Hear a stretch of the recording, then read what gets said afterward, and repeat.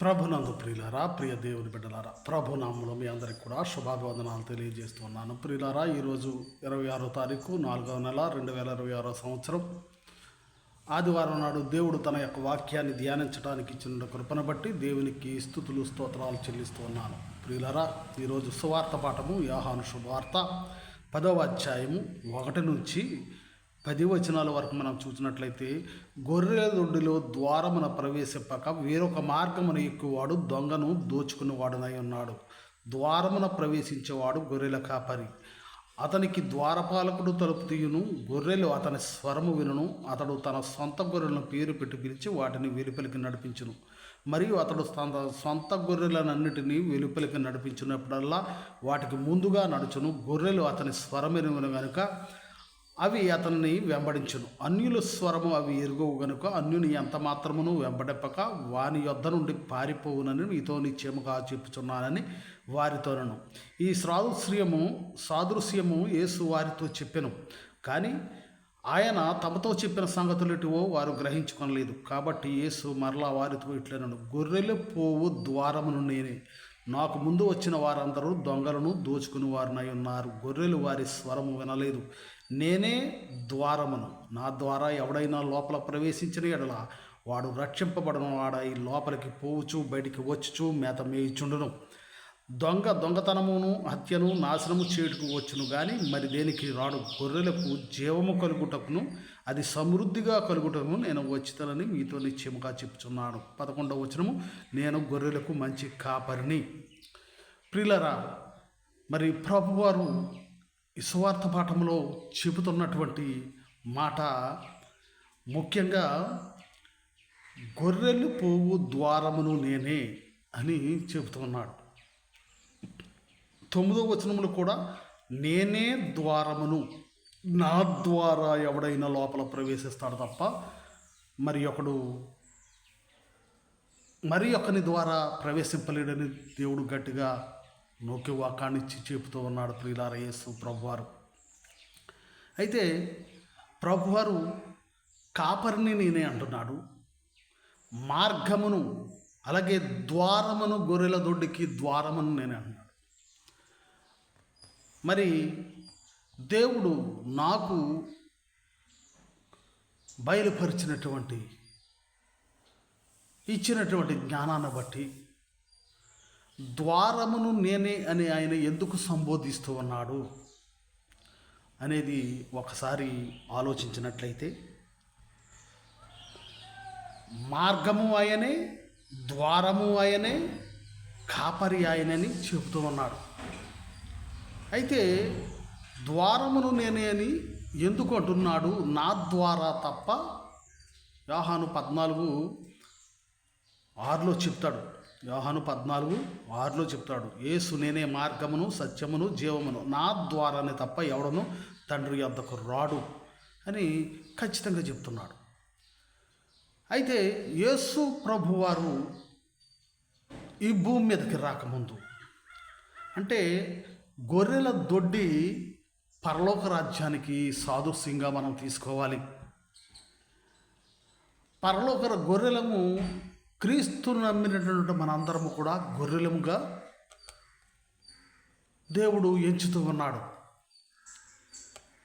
అయితే ఆ దొడ్డిలో ప్రవేశించాలంటే ద్వారాన్ని నేనే అంటున్నాడు కనుక ఆ ద్వారము యేసు ప్రభువారు ఎందుకు అయ్యాడు అనేది మనం ఒకసారి ఆలోచించినట్లయితే, యేసు ప్రభువారు ఈ లోకానికి రాకముందు, ఆయన మరణించి లేవకముందు, మరి పరలోక పట్టణమైనటువంటి గొర్రెల దొడ్డి అనేటటువంటి పరలోక రాజ్యములో ఎవడను ప్రవేశింపటానికి వీలు లేకుండా ఉంది. ప్రియులారు, అది ఎందుకు అని మనము ఒకసారి ఆలోచించినట్లయితే, అయితే మీరు అనవచ్చు, మరి మోక్షానికి ఎత్తబడినటువంటి ఏలియా కానీ హానోకు కానీ మరి పరలోకంలో ప్రవేశించకుండా ఎక్కడున్నారు అని అంటే, దాని గురించి నా మొదటి వీడియోల్లో గత వీడియోల్లో నేను వారు ఎక్కడున్నారనేది మీకు చెప్పాను. కానీ వాక్యాను సందర్భంగా మరలా దానిని మీకు వివరించాలని ఆశపడుతున్నాను ప్రియులారా. ద్వారమును నేనే అని ఎందుకన్నాడు? అంతకుముందు ద్వారము, పరలోకపు ద్వారము మోయబడి ఉందా? ఆ ద్వారం అనేది ఎవరూ ప్రవేశించడానికి వీలు లేకుండా ఉందా అని మనం ఒకసారి చూసినట్లయితే అవును అని ఖచ్చితంగా మనం చెప్పాలి. ఎందుకంటే మరి యేసు ప్రభు వారే అంటాడు,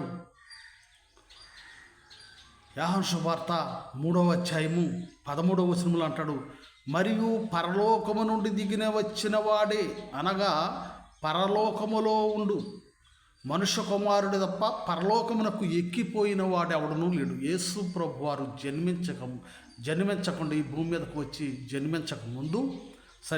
పుట్టక ముందు ఎవడు కూడా పరలోకమునకు ఎక్కిపోయిన వాడు ఎవడు లేడని యేసు ప్రభు వారు స్వయంగా చెబుతున్నాడు. ఇంకా యోహాను 6:47లో కూడా చెప్పడం, దేవుని యొద్ద నుండి దిగి వచ్చిన వాడు తప్ప మరి ఎవడును తండ్రిని చూచి ఉండలేదు, ఈయనే తండ్రిని చూచి ఉన్నవాడు. యేసు ప్రభు వారు తప్ప తండ్రి అయినటువంటి దేవుణ్ణి ఎవరూ చూచి ఉండలేదని నొక్కి వక్కానికి చెప్తున్నాడు. అలాగే యోహాను 5లో కూడా 37లో చూసినట్లయితే, మరియు నన్ను పంపిన తండ్రియే నన్ను గూర్చి సాక్ష్యం ఇచ్చుచున్నాడు, మీరు ఏ కాలమందైనను ఆయన స్వరము వినలేదు, ఆయన స్వరూపము చూడలేదు అని ప్రభువారు చెప్తున్నాడు. ఇంకా యోహాను 1:18లో చెప్తాడు, ఎవడును ఎప్పుడైనాను దేవుని చూడలేదు, తండ్రి నమ్మునున్న అద్వితీయ కుమారుడే ఆయనను బయలుపరచను అని చెప్తున్నాడు. అంటే యేసు ప్రభు వారికి ముందు ఏ మనుష్యుడు కూడా పరలోకములో ఉన్న తండ్రి అయిన దేవుణ్ణి చూచి ఉండలేదు అని చెప్తున్నాడు. అయితే మరి అబ్రహాముకు కనిపించినటువంటి దేవుడు మరి ఆయన స్వరాన్ని కూడా వినలేదని ఖచ్చితంగా చెప్తున్నాడు. ఎందుకంటే ఆయన స్వరాన్ని కూడా ఎవరు వినలేదు అని చెప్తున్నాడు, ఎవరు కూడా చూడలేదు అని చెప్తున్నాడు. ఎందుకంటే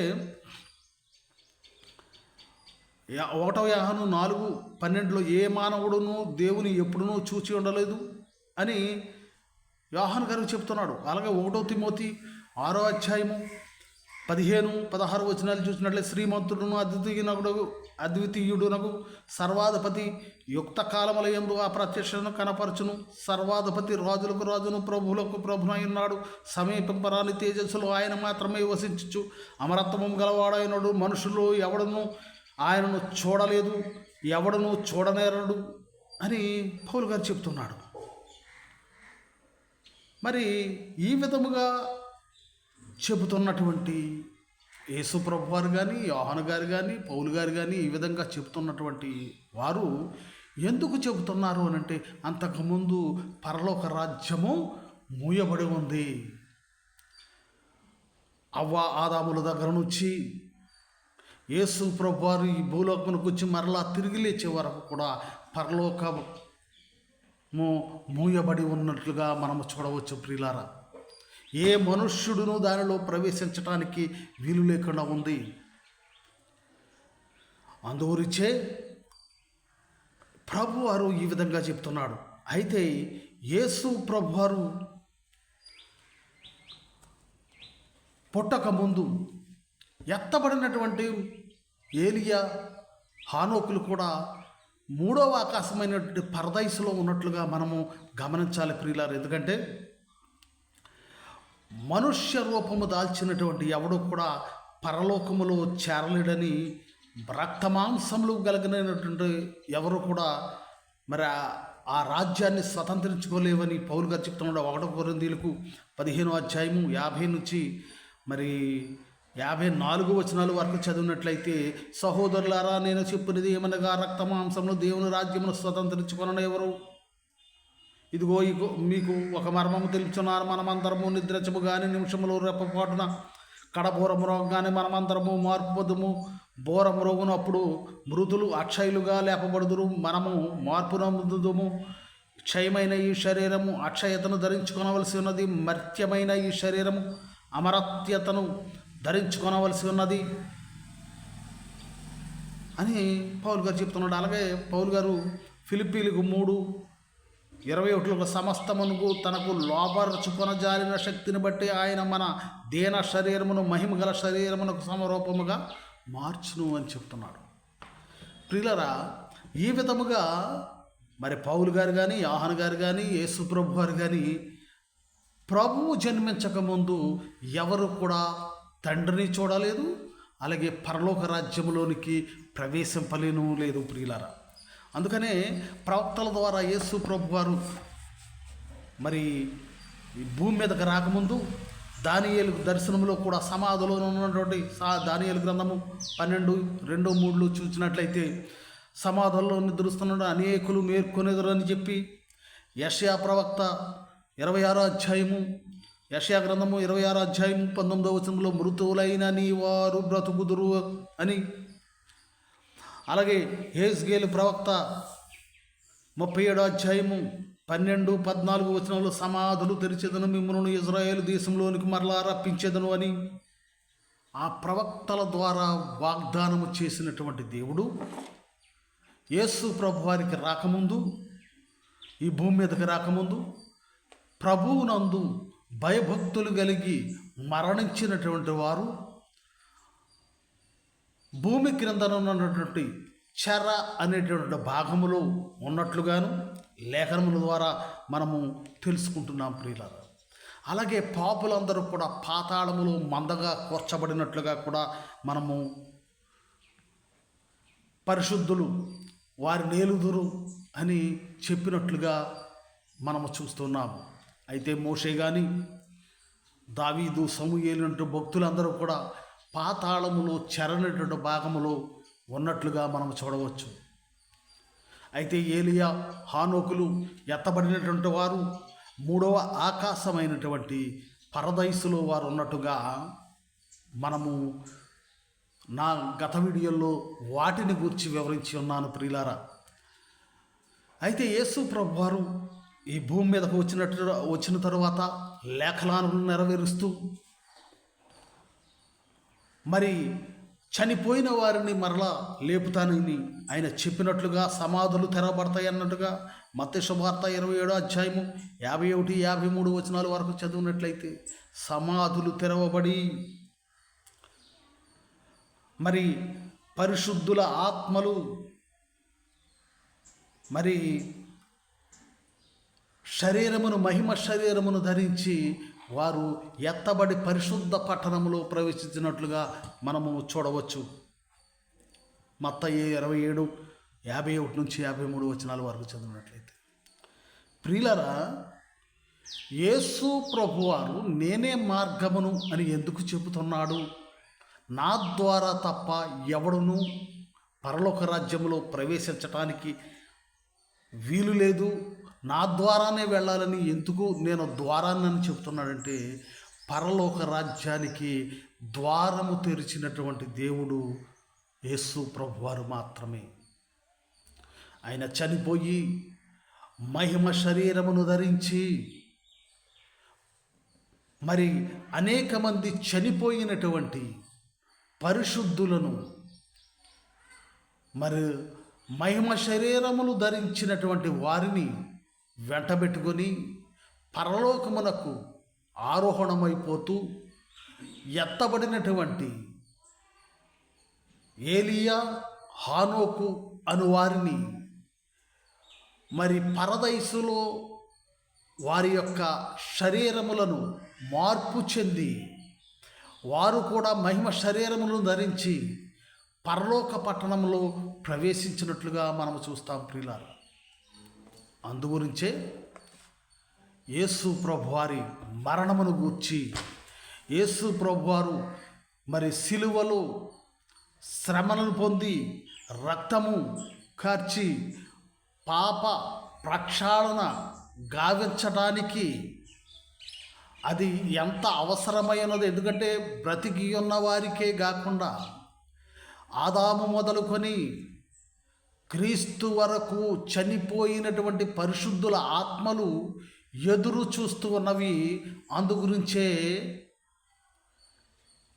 పాతాళము నుండి మోషే, అలాగే పరదైసు నుండి ఏలియా వచ్చి యెరూషలేములో ఆయన చేయవలసినటువంటి బలియాగమును గూర్చి తాబోరు పర్వతముపై దివ్య రూప ధారణ గావించినప్పుడు ఆయనతో మాట్లాడటానికి వచ్చారు. సిలువ మరణము నీవు పొందుట ఈ లోకములో ఉన్న వారికే కాదు, పరదైసులో ఉన్న మాకును, పాతాళము పైభాగములో చెరలో ఉన్నటువంటి పరిశుద్ధులకును పరలోక రాజ్యమును ప్రవేశించటానికి, ఆ అర్హతను పొందడానికి నీ శిలువ మరణము అవశ్యమని యేసు ప్రభువుతో చర్చించటానికి వారిద్దరూ కూడా తాబోరు పర్వతంపై ప్రభువారితో దానిని గూర్చి ముచ్చటించినట్లుగా మనము లేఖనాల ద్వారా తెలుసుకుంటున్నాము. అవన్నీ రెఫరెన్స్ చెప్తే సమయము ఎక్కువ అవుతుంది కనుక నేను మరి దానిని గురించి మీరు వివరంగా తెలుసుకోవాలంటే నా ముందటి వీడియోలు మీరు చూసినట్లయితే దీని గురించి వివరణ తెలుస్తుంది. ఏలియా, మోషేలు ఎక్కడున్నారు అనే దాని గురించి మీకు వివరించి ఉన్నాను. ప్రియులారా, అందుగురించే యేసు ప్రభువారు నేనే మార్గమును, నా ద్వారా తప్ప ఎవడును పరలోక రాజ్యంలో ప్రవేశింపడు అని చెప్తున్నాడు. మరి యేసు ప్రభువారు ఆ విధముగా చెప్పటానికి గల కారణము, ప్రభువారు మరణించి లేచే వరకు కూడా ఎవరునూ పరిశుద్ధ పరలోక రాజ్యంలో ప్రవేశించటానికి అర్హత లేదు. అందుకని గొర్రెల ద్వారమును నేనే అని ప్రభువారు చెప్తూ ఉన్నాడు. మరి అలాగే యేసు ప్రభువారు అంతకుముందు చనిపోయినటువంటి పరిశుద్ధులను, ఎత్తబడినటువంటి హానోకు, ఏలియా వంటి వారిని మరి వారిని పరలోక రాజ్యములో చేర్చాడు. మరి ఇప్పుడు యేసు ప్రభువారి తర్వాత చనిపోయినటువంటి వారు పరలోక రాజ్యానికి వెళ్ళారా లేదా అని మనం ఒకసారి చూసినట్టయితే పరలోక రాజ్యమునకు వారు వెళ్ళటానికి ఆస్కారం లేదు. చనిపోయినటువంటి పరిశుద్ధులు మళ్ళీ ద్వారము ఆయన ద్వారానే తప్ప ఎవడు కూడా దేవుని రాజ్యంలో, పరలోక రాజ్యంలో ప్రవేశించడానికి వీలు లేదు. అందుకనే మరి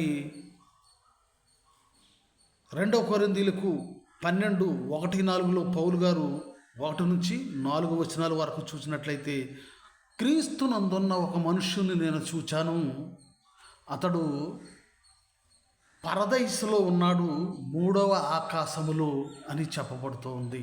పౌలు గారు చెప్తున్నాడు, అతడు శరీరంతో వెళ్ళాడు, శరీరం లేకుండా వెళ్ళాడు నేనైతే చూడలేను, కానీ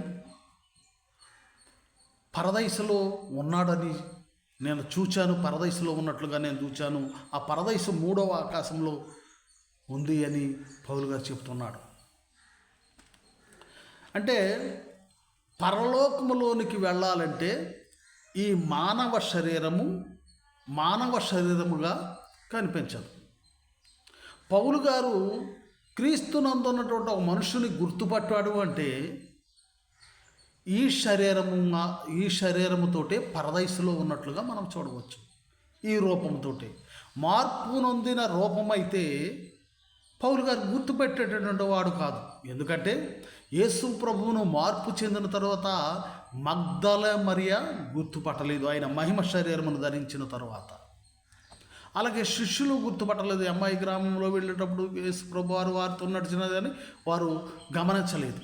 అలాగే శిష్యులకు కనిపించినప్పుడు కూడా వారు గుర్తుపట్టకుండా భూతం అనుకున్నారు ప్రభువును. ఎందుకంటే ఆయన మహిమ శరీరమును ధరించినప్పుడు ఈ శరీరము మార్పు చెందుతూ ఉంది. అందరూ దేవదూత సమానుల వలె ఉంటారని వాక్యం చెబుతూ ఉంది. మరి ఆ విధముగా ప్రభువారు మార్పు చెందిన విధంగా మార్పు చెందితే కానీ పరలోక రాజ్యములో ప్రవేశించటానికి వీలు లేదు.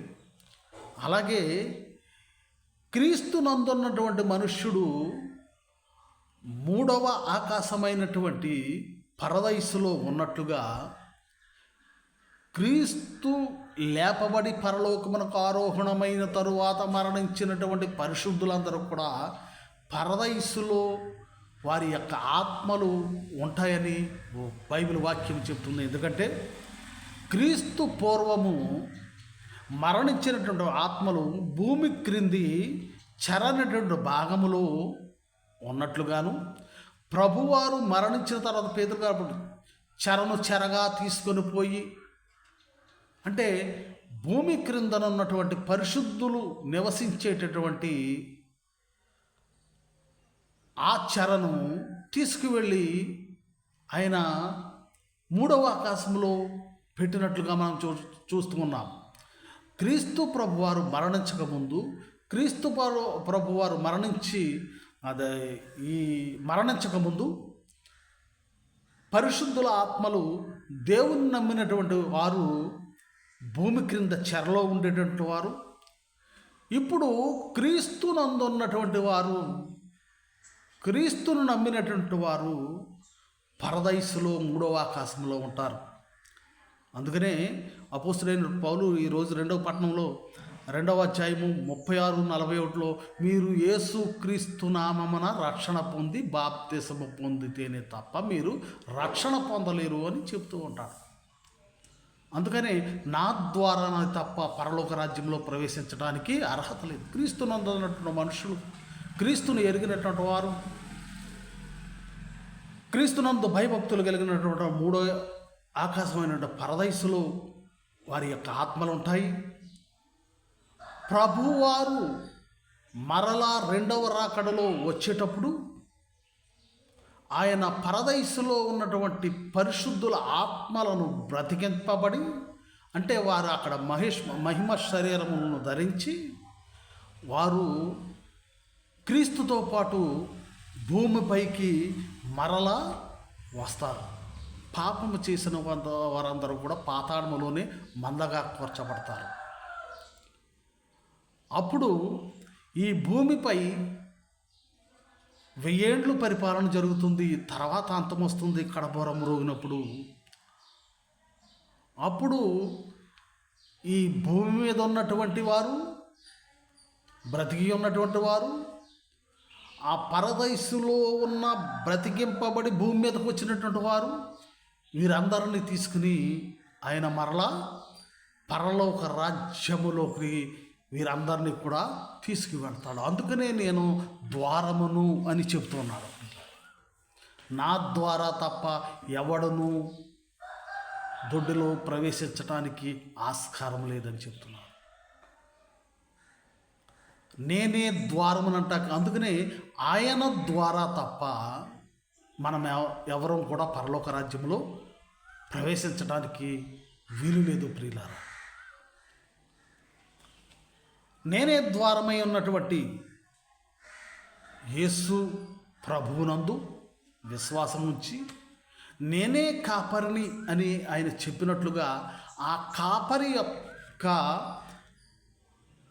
సంరక్షణలో మనం ఉన్నట్లయితే, ఆ కాపరి చెప్పినట్లుగా నడిచినట్లయితే ఆయనతో మనలను తీసుకువెళ్తాడు. ఎప్పుడైతే ఆ కాపరి చెప్పినటువంటి మాటను తిరస్కరించి గొర్రెలు వెళుతున్నప్పుడు కాపరి నడిపించిన విధంగా నడవకుండా, కాపరి వెనక వెళ్లకుండా దారి తప్పి మరి అవి వెళ్ళినట్లయితే మరి వాటిని అపవాది మరి ఎత్తుకుపోతాడు అని వాక్యం చెప్తుంది. అవును, ఇప్పుడు గొర్రెలు కాస్తున్నట్టు కాపరిని వెంబడించినప్పుడు అవి ఏ జంతువులు తినివేస్తాయి ప్రియులారా. ఆయన్ను వెంబడిస్తూ వెళ్ళాలి. ఆ వెళ్ళినప్పుడే మనము ఆయన ద్వారము గుండా మనం పరలోక రాజ్యాన్ని చేరగలం. అందుకనే మత్తయి శుభవార్త 7వ అధ్యాయం 14 జీవమునకు పోవు మార్గమును ఇరుకును సంకుచితమునై ఉన్నది. అందు గురించి ఇర్మియా గ్రంథము 6:16లో మేలుగు కలుగు మార్గమేదో అని అడిగి అందులో నడుచుకొనుడు అప్పుడు మీకు నెమ్మది కలుగును అని. బుద్ధిమంతుడు పరమునకు పోవు జీవమార్గములో నడుచుకొనునని సామెతలు 15:24లోను బోధిస్తూ ఉన్నాడు ప్రియులారు. అలాగే సామెతలు 1:7 నుంచి 15 వచనాల వరకు చూసినట్లు భక్తిహీనుల మార్గంలో వెళ్లకుండా ఉండాలని, భక్తిహీనులు వెళ్ళే మార్గంలో మనం వెళ్ళినట్టయితే నరకానికి పోతామని దేవుని ఒక వాక్యం సెలవిస్తుంది ప్రియులారా. అలాగే ఇర్మియా గ్రంథము 2:17-19 వరకు చూసినట్లయితే దేవుని మార్గములో నడవకుండా మనము ఆయనను విసర్జించి నడుచడం వలన మన బాధలకు శ్రమలకు కారణమని చెబుతూ ఉన్నారు. అందుకని దావీదు భక్తుడు అంటాడు కీర్తన గ్రంథము 21:23 యెహోవా నా కాపరి, నాకు లేమి కలుగదు, నీతి మార్గములో ఆయన నడిపించను, పచ్చికల చోట్ల ఆయన నడిపించనని దేవుని యొక్క కాపరి తత్వానికి ఆయన లోబడుతూ ఉన్నాడు. అలాగే 2 సమూయేలు 22:22 యెహోవా మార్గములను నేను అనుసరించుచున్నాను అని చెప్తున్నాడు. అలాగే కీర్తన 17:5 నీ మార్గముల యందు నా నడకలను స్థిరముగా నుంచుకొని ఉన్నాను అని చెప్తున్నాడు. యోబైతే యోబు గ్రంథము 23:11 నేను అటు ఇటు తొలగక ఆయన మార్గమును అనుసరించి తిని అని చెప్తున్నాడు. 1 కొరింథీ 11:1 క్రీస్తును పోలి నడుచుకోండి అని పౌలు గారు చెప్తున్నాడు. ప్రియులారా, ఆయనను వెంబడించినట్లయితే, ఆయనను పోలి నడుచుకున్నట్లయితే ఆయనే పరలోక రాజ్యమునకు ద్వారము కనుక ఆ ద్వారము గుండా పోవాలంటే ఆయన కాపరితత్వములో మనము నడుచుకోవాలి, ఆయన మార్గములో నడుచుకోవాలి. నడుచుకున్నప్పుడే అంటే పరలోక రాజ్యాన్ని మనం పొందగలము. అందుకనే యేసు ప్రభువారు నేనే మార్గమును అని చెప్తున్నాడు. ఆ మార్గము గుండా వెళితే కానీ పరలోక రాజ్యంలోనికి చేరటానికి ఆస్కారం లేదు ప్రియులారా. క్రీస్తుకు ముందు కానీ క్రీస్తు తరువాత కానీ క్రీస్తు ద్వారా మాత్రమే మనము పరలోక రాజ్యంలో ప్రవేశింపగలము. కనుక ప్రియులారా, క్రీస్తును అనుసరిస్తూ నడుద్దాం, క్రీస్తును పోలి జీవించుదాం, పరలోక రాజ్యాన్ని పొందుదాం. దేవుడి కొద్ది మాటలు దీవించునుగాక. అందరికీ వందనాలు.